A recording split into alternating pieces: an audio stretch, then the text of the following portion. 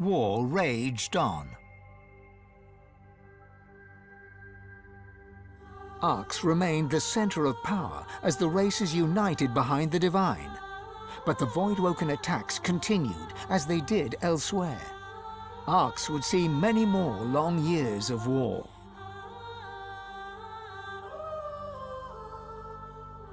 The ancient empire of lizards became one of the pillars of the new Divine Alliance. The houses of war and of shadows were particularly useful in the fight against the God King. The empire used the war to expand its territory. Justinia returned to her throne. Under her rule, the Dwarven kingdom fought for the Divine, and her loyalty was unquestionable. Many fine and courageous dwarves did their people great honor, in battle and in death.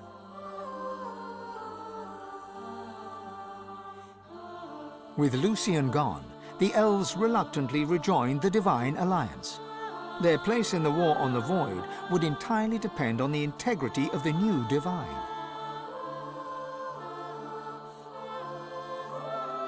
And on the integrity of the elven Godwoken who did not ascend.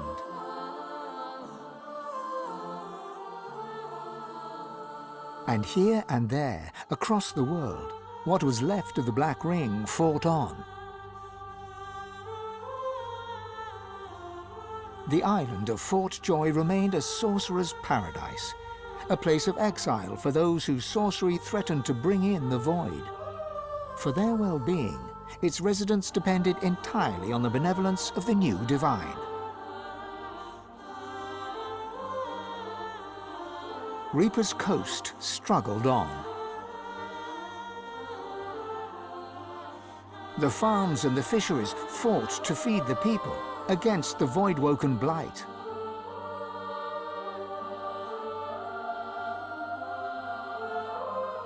The black pits took fire. The oil there burns still.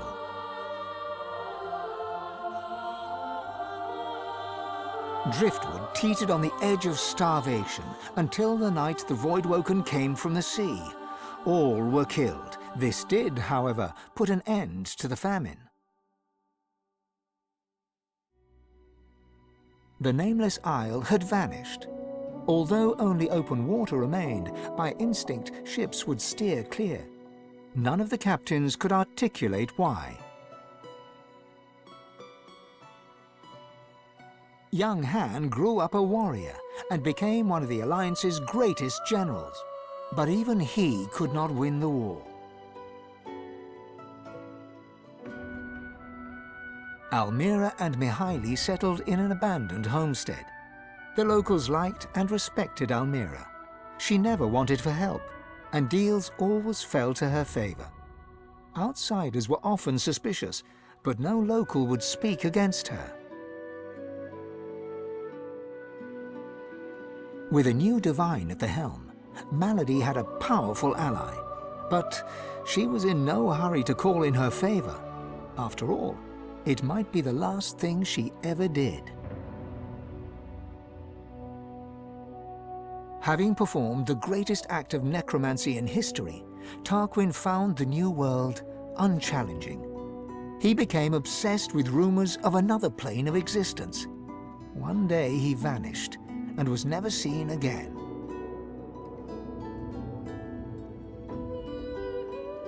Changed by his experience with the Godwoken, Mordus proved a useful tool in the fight against the Void.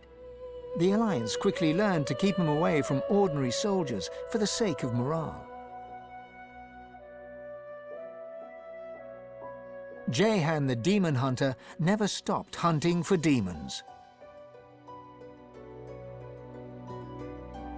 Sahala sought to strengthen the Elven Alliance with the new Divine. Her powers of sight proved useful in the ongoing war against the Void, but she could never be sure that the new Divine trusted her. Tova, her mother, was Sahala's most trusted warrior.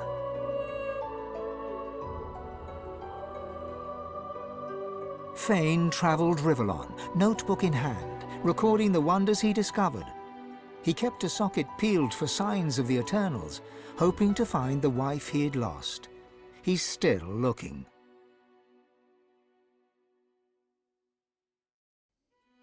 Sabine wandered the world. She became a household name, famed the realm over as a traveling hero, celebrated wherever she went. Enjoying life to the fullest, she was truly and finally free. Lohse returned to her music and enjoyed a storied career as the Divine's premier musician. Dark moods would still overtake her, and she would spend long hours walking in the wilds. She always returned with a new song. And then there was you.